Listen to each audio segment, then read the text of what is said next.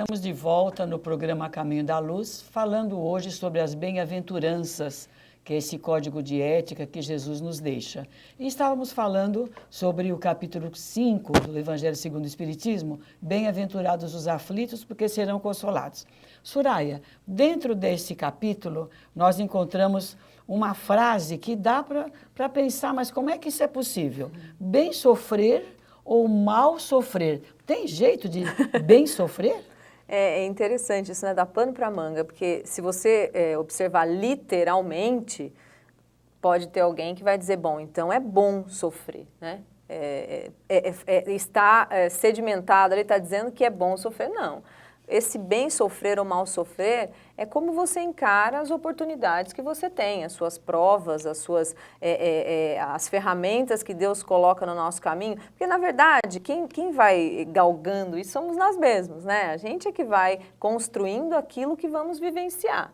Né? Deus não dá para a gente o sofrimento, ele simplesmente nós, nas nossas escolhas, no nosso modo de viver, pensar, agir, nós é que escolhemos aquilo que vamos vivenciando. Então, nós estamos sempre preparando o nosso futuro através do nosso presente. Então, aquele que no bem sofrer, vamos dizer assim, é aquela criatura que olha para as suas dificuldades como desafios a serem vencidos com resignação, com fé, com coragem. Claro, pode ter um choro, pode ter uma tristeza, um momento que a gente às vezes se sente um pouquinho, nossa, será que eu consigo? Todo mundo é assim, né? A gente é normal, claro que a gente passa, quando uma doença, por exemplo, um primeiro momento, às vezes é um momento extremamente dramático.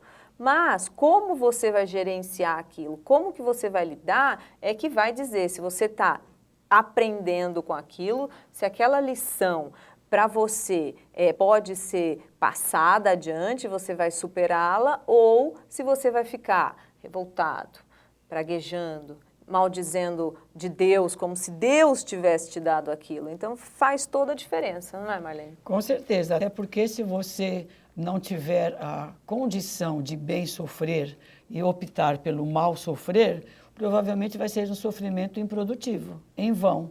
E você vai ter que retomar em algum momento para bem sofrer. Não seria mais ou menos assim, Carlinhos? Não, sem dúvida, Marlene. E um bom exemplo disso é você que é mãe, que está nos assistindo. Quantas vezes você teve que passar por dificuldade, às vezes até por humilhação, para que você pudesse dar a condição necessária de educação para o seu filho, para que você o tornasse uma pessoa melhor. Você vai ter que acordar de manhã, pegar o seu ônibus lotado, andar passar por dificuldade 2 horas e chega lá no trabalho, de repente você vai sofrer N atribulações, e aí você vai voltar do trabalho e você vai chegar em casa, vai ter que cuidar dos seus filhos. Ou seja, você está fazendo isso, você está passando por isso, porque você quer o bem do outro. Então, esse tipo de sofrimento não é sofrimento.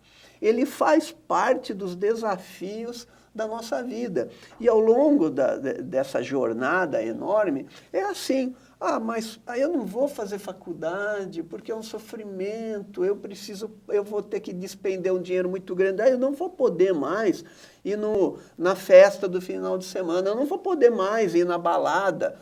Ou seja, você não quer sofrer, entre aspas, para que no futuro você se dê bem, né? Então, bem sofrer é quando você tem um objetivo na sua vida. Você coloca algo lá na frente e você diz para você mesmo, não importa o que eu vou passar, mas eu vou realizar o meu sonho. Agora, o mal sofrer é aquele que justamente o cara vai, mas ele reclama toda hora. Ele está fazendo aquilo como se fosse um encargo. Ele não vê nada para o futuro, né? Então, esse é o mal sofrer. Aí adianta você chegar num objetivo reclamando, maldizendo, né? Quando chega, né? Quando chega, porque é lógico que não vai chegar. Porque fica muito difícil chegar. E é muito importante o que vocês disseram, porque quando nós recebemos como prova algumas vicissitudes, algumas situações que independem da nossa vontade, a nossa aceitação, como foi dito pela Soraya e pelo Carlinhos,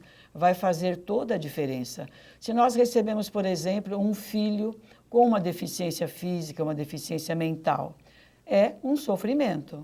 Porém, este sofrimento, se nós encararmos com resignação, estaremos bem dentro do sofrimento. Ou seja, claro que ninguém, num primeiro instante, fica feliz com uma notícia dessa, mas, analisada a situação, percebida a necessidade daquela prova para aquele espírito e para nós, nós podemos encarar de uma maneira diferente. E o mal sofrer seria exatamente o contrário, a revolta. Ah, mas por que comigo? Deus me castigou, eu não merecia, essa criança será que está sendo castigada? São aqueles questionamentos que as pessoas fazem quando desconhecem a verdadeira necessidade da nossa evolução. E isso se dá por provas. Portanto, meus irmãos, bem sofrer significa superar essa prova. Mal sofrer significa ter de voltar e retomar a mesma condição. Bem, nós estamos falando das bem-aventuranças, não é? Existe uma bem-aventurança, como todas as outras, que toca muito no nosso coração. Soraya, bem-aventurados os puros de coração. Que coisa linda! Ter a pureza de coração. O que significa para você ter pureza no coração? Nossa, Marlene, que coisa complexa, né? Parece que pureza é uma coisa tão simples. É simples, porém, talvez para o nosso entendimento, para a nossa compreensão, fique complicado, porque às vezes puro, muitos pensam que é aquela criatura que nossa, não fala, tá sempre bem, é bonzinho. Sem pecados. É, aquela criatura que faz tudo... Não sei, no nosso mundo, essa pureza talvez fique tão bem retratada como o Cristo colocou com as crianças, mas aquele que tem a possibilidade de observar as leis de Deus com ética, com sabedoria, minimamente, né, dentro das nossas possibilidades. É claro que a gente essa compreensão nós não alcançamos completamente, mas se nós formos éticos com os nossos semelhantes, nós já vamos ter um pouco dessa pureza que o Cristo propõe, né, de você olhar para o outro e fazer pelo outro aquilo que você gostaria, amar, sobretudo, a você, ao outro. Eu acho que isso envolve essa pureza. Carlinhos, o que você acha, você que é filósofo? Não, é como diz Kant, né? É você fazer, não porque aquilo vai te dar um retorno, mas você fazer porque você acha que aquilo é importante para você. Aquela é uma ética tua, ou seja, aquilo que você acredita.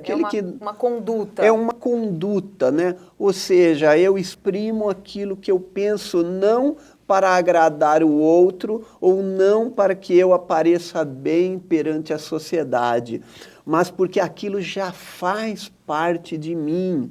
Aquilo interage comigo, eu compreendo, eu vivo o Cristo em mim, como dizia Santo Agostinho, né? Então, eu vivo o Cristo em mim, eu percebo isso e de pureza de coração, independente, porque eu não quero mais fazer para receber algo em troca ou para ter o meu bônus hora, né? Eu já cheguei a uma capacidade tal que eu faço de livre e espontânea vontade, como é uma criança. Quando a gente pergunta, você gostou? E ela vai falar assim, não gostei. Eu tô bonita? Não. Não. Não. Ou seja, ela não tem por que mentir dentro dela, ou seja, ela está expondo a verdade que está nela. Puro é, às vezes, até ser ignorante. Porque você está dizendo aquilo que você entende, né? Aquilo que você acha que você compreende por aquilo. Então, o ignorante, de certa forma, ele tem um pouco de pureza, porque ele não faz aquilo porque ele quer, mas porque ele não tem capacidade para fazer, né? Ouvimos de vocês a explicação exata que nos direciona realmente à pureza da criança. Quando Jesus diz, deixar vir a mim os pequeninos, exatamente ele nos orienta Não é que nós vamos agir como crianças, mas nós vamos ter a pureza da criança, como a Soraya e o Carlinhos disseram. A criança é sincera, ela não guarda rancor, ela não guarda mágoa, ela não guarda ódio. E é esta condição espiritual que Jesus espera de nós, que nós, diante de qualquer situação, tenhamos essa pureza, conseguindo superar as dificuldades que nos impelem a agir de uma maneira simples, com uma certa inocência. Porque o que ocorre conosco? Conforme nós vamos entrando na adolescência, na idade adulta, também vão aflorando em nós alguns sentimentos que nos afastam daquela pureza infantil. A criança, né, Soraya, ela, ou entre um amiguinho, um briga com o outro por causa da bola, dali 5 minutinhos, acabou, tá tudo bem, né? Esqueceu aquilo, está tudo bem. E nós, adultos, não. Nós temos uma discussão com alguém, nós temos um problema com alguém, nós não conseguimos mais esquecer aquilo, não conseguimos mais olhar para aquela pessoa com a mesma serenidade. Alguma coisa quebra dentro de nós. Nós, enquanto adultos, vamos fazendo aflorar em nós as nossas tendências. É exatamente isso que Jesus nos alerta. Se conserve com a pureza da criança, se conserve com aquele amor puro que a criança tem. Não deixe que entre em você esses sentimentos danosos, do ódio, do rancor, da vingança, da mágoa, da maledicência, porque quando nós permitirmos que se instalem em nós esses sentimentos, nós deixamos de ter a pureza de coração que Jesus nos fala. E a pureza de coração, fatalmente, trará a felicidade a todos nós. Nós voltamos já já, continuando a falar das bem-aventuranças. Aguarde só um pouquinho.